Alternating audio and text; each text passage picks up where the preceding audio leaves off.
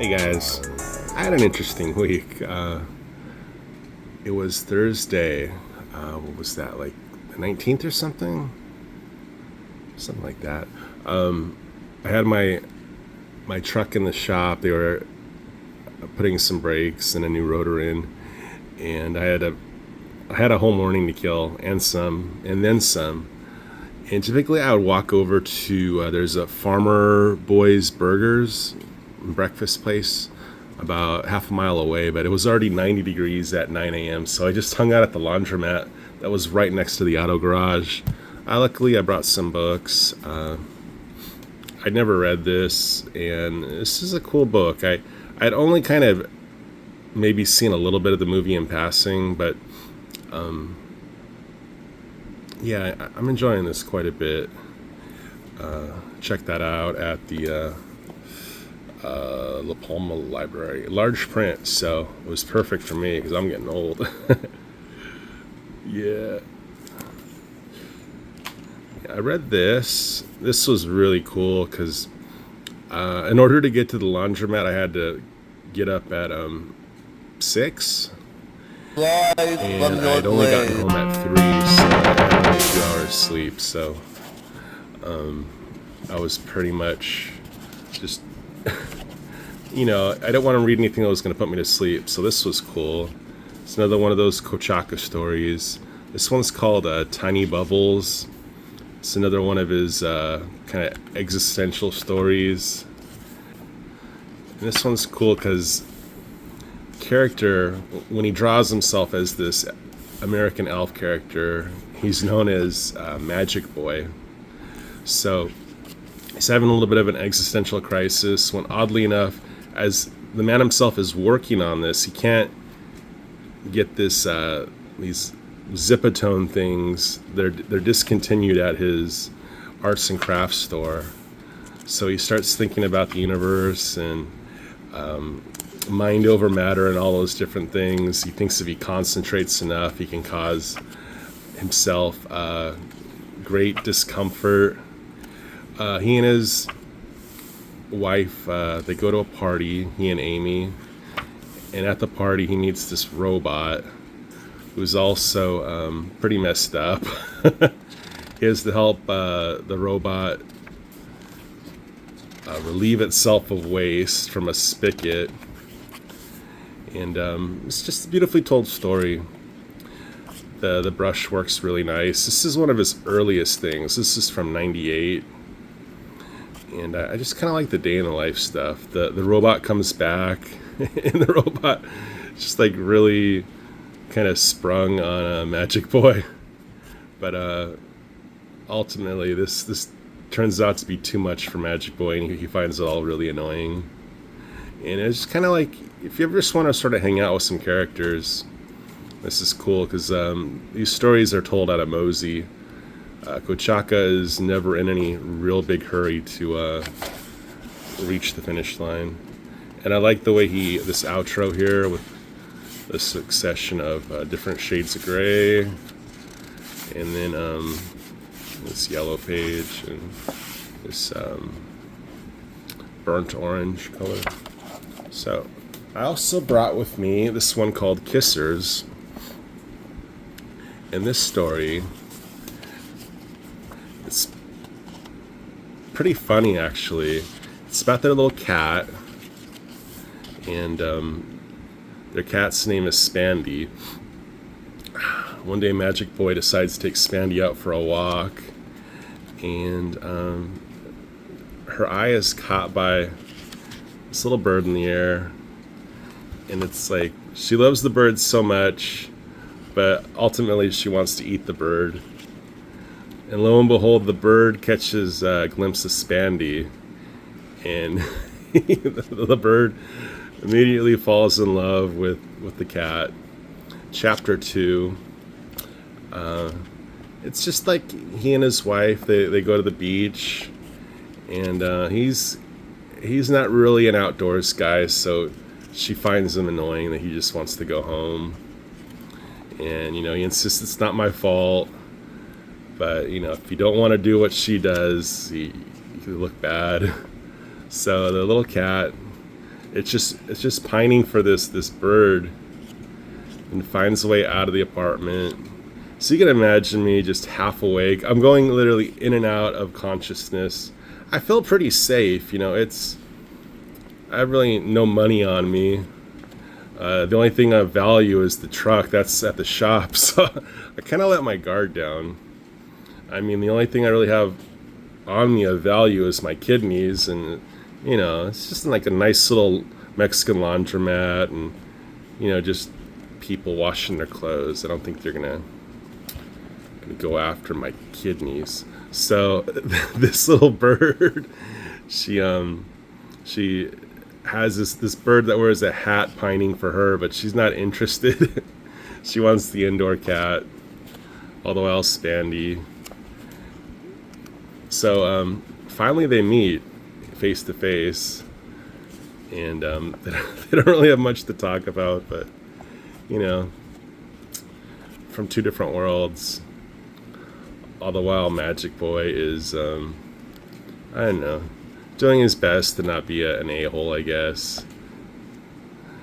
Bird and cat find common grounds. There's a party, a talking dog that drinks beer, and just like a nice little bar scene. And I guess she's buzzed, so all's forgiven. It's like, okay, cool. They're walking home. Yeah, they're just being kids at this point. They're both had a couple of adult beverages, and they just start swatting each other with stems and leaved branches. And they're looking for their cat. And Spanny is pretty much eating the little bird. She doesn't want to go back inside. But you know what? It's time to give that beach another go. So they bring the little cat. She's terrified, so she stays in the car. And this bird must have a death wish, because ultimately, while the two newlyweds are in the water at night, the little bird finds a way inside the car, and I'm just thinking, oh man, Spandy's gonna chew on this little songbird's head. I guess the bird's kind of down for that. But yeah, just I don't know, it's great stuff. All the while the bird in the hat is like mourning the loss of the little bird that it pines for.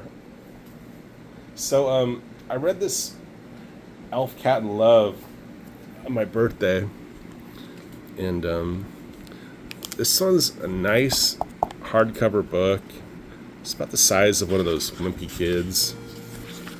But this elf cat is just on this quest, and its companion is this magic tennis ball that hovers in the air.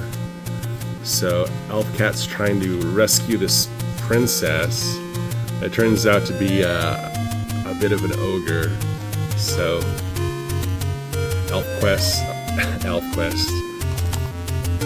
cat it basically gets eaten and escapes.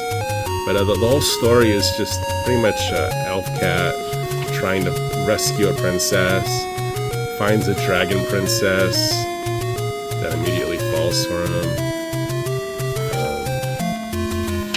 Basically has to narrowly survive that too. But it does find a hot dog that it decides to barbecue with the dragon's fire breathing. And then there's basically a scene where there's a great breeze. It's a nice little fantasy story. Ultimate showdown on a mountaintop. Just good stuff. Good stuff for my mind. I've seen too much of this world. One time I was driving, and this squirrel ran out in the street, and I ran over him. And he didn't die right then, but he was limping and stuff. I'm pretty sure he died right after that. Look. If I order from the same seller, this is something called Jellyfish. I really like Jonan Vasquez. Unfortunately, I didn't. Usually, that means that the person wrote it. First person, second person did the art. And not like nuts about the art. I thought maybe Jonan drew it. So, you know, I dig some indie underground art, but I was looking more for Jonan Vasquez art. That's all well and good, though. Some other stuff by Kochaka. These are full color superhero type stories, I guess. So I'm just trying out his whole catalog. It's been pretty much dirt cheap so far, and nothing's like left me feeling burned. So give these a shot. The only thing is housing these books, because they're all different sizes. If you're looking for a uniformity, this guy is just going to make your collection very oblong. Anyway, there's some stuff I've been picking up. I have a couple of SpongeBob books. Not that I ever really watched SpongeBob SquarePants, mind you. But one of the covers just caught my eye, and then I kept finding other ones I like. I found one that made me think of Higgy Pop. It was just really cool, Conan the Barbarian kind of cover. That was my last Topo Chico. Cheers.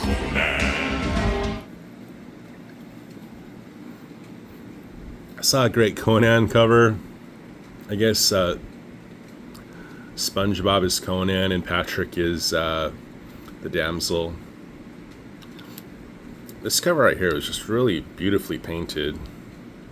I like the bubble dollars. This one right here, I believe is a Kochaka. Just kind of like the way it looked.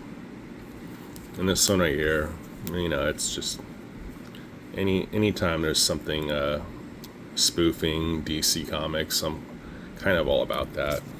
Speaking of which, finally tracked down a nice copy of this last Radioactive Man comic I needed. So that's kind of cool.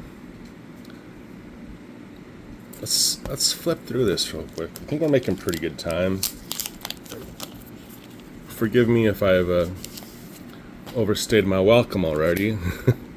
But just love these, man. It just looks so much like classic comics.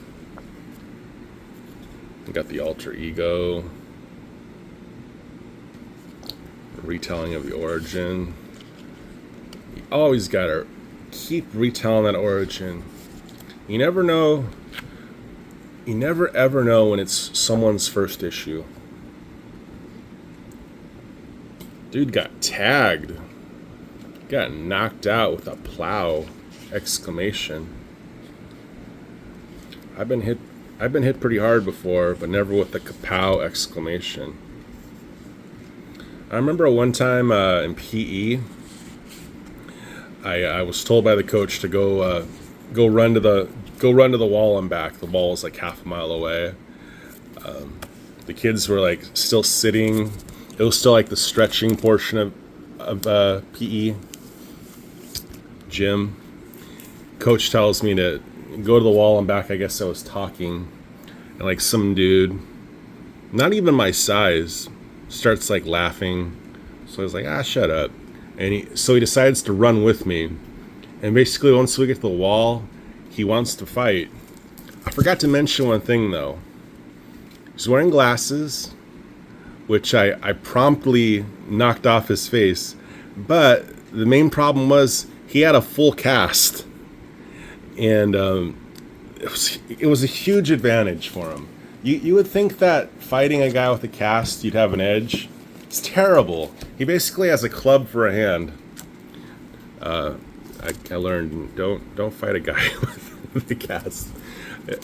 It's a no-win situation. If you win, the cast probably gets shattered, and you end up having to pay his medical bills.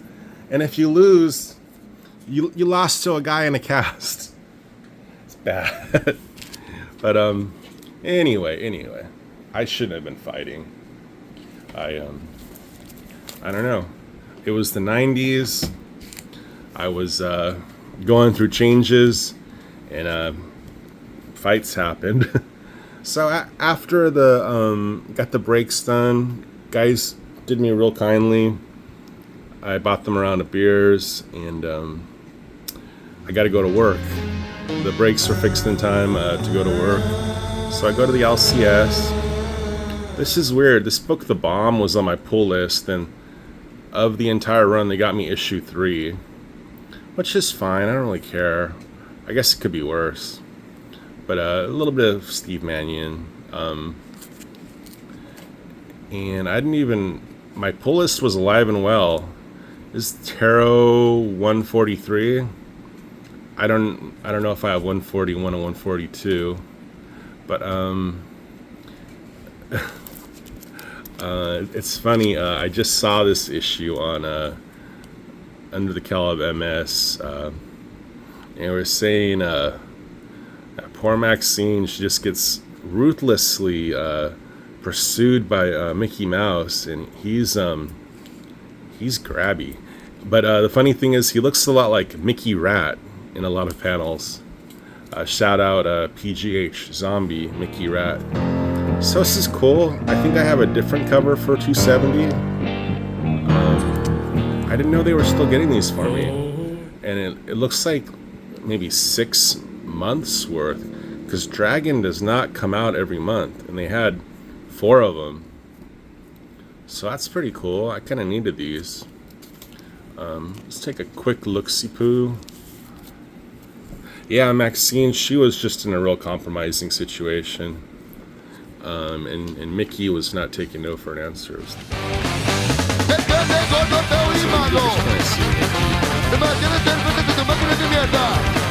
Seems like a good dude, but I don't know. It's a flashback to Maxine in, I guess, Catholic school. It's pretty tough. Yeah.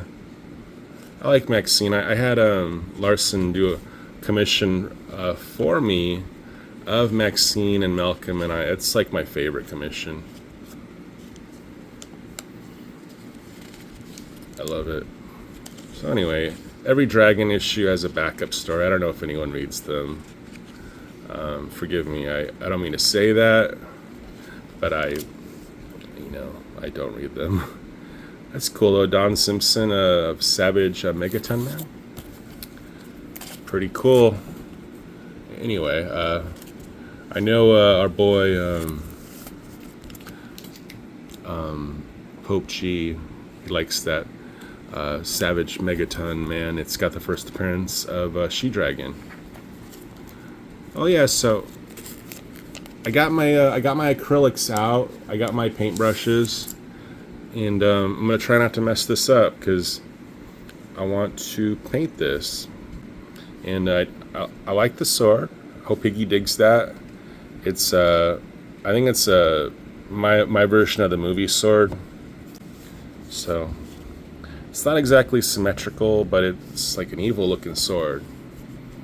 And that's a little bit of comic magic. The way these teeth aren't connected by a chain. That's a little bit of cartoonist trickery. And yeah, let's take a look at the Hulk. This is cool in case the painting does not go right.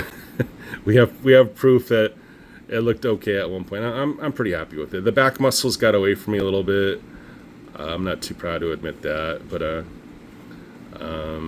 I think I kind of followed the rules of light and shadow. I basically said the light is coming from the logo.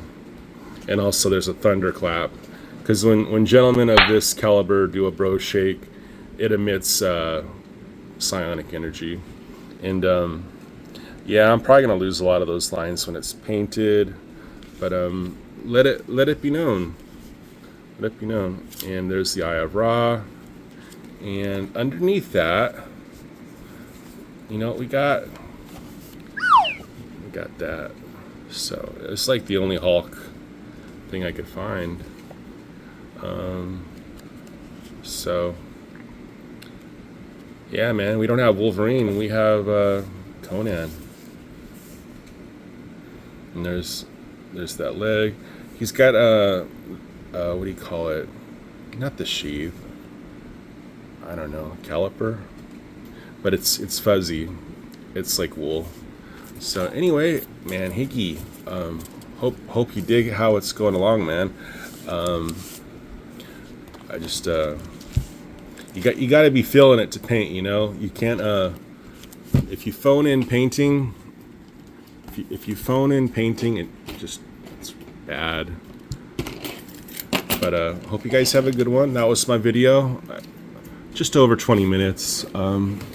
Forgive me, I just maybe one day I'll look back on the Kochaka stuff and say, what were you thinking? But as of right now, I don't know. This guy is kind of where I'm at with my reading. This is the level of reading I'm doing lately. It is what it is, man. I guess home is what you make of it. Nah, homie, what you make? You like to see homos naked? Homie, where you make it? Yeah, you like to see homos naked. That's cool, man. Whatever. No. Homie, where you make it? Home, where you make it? Oh, Everybody know that. Goddamn, boy. guy likes to see homos naked. That don't help me. And lately, these books felt like home. Anyway,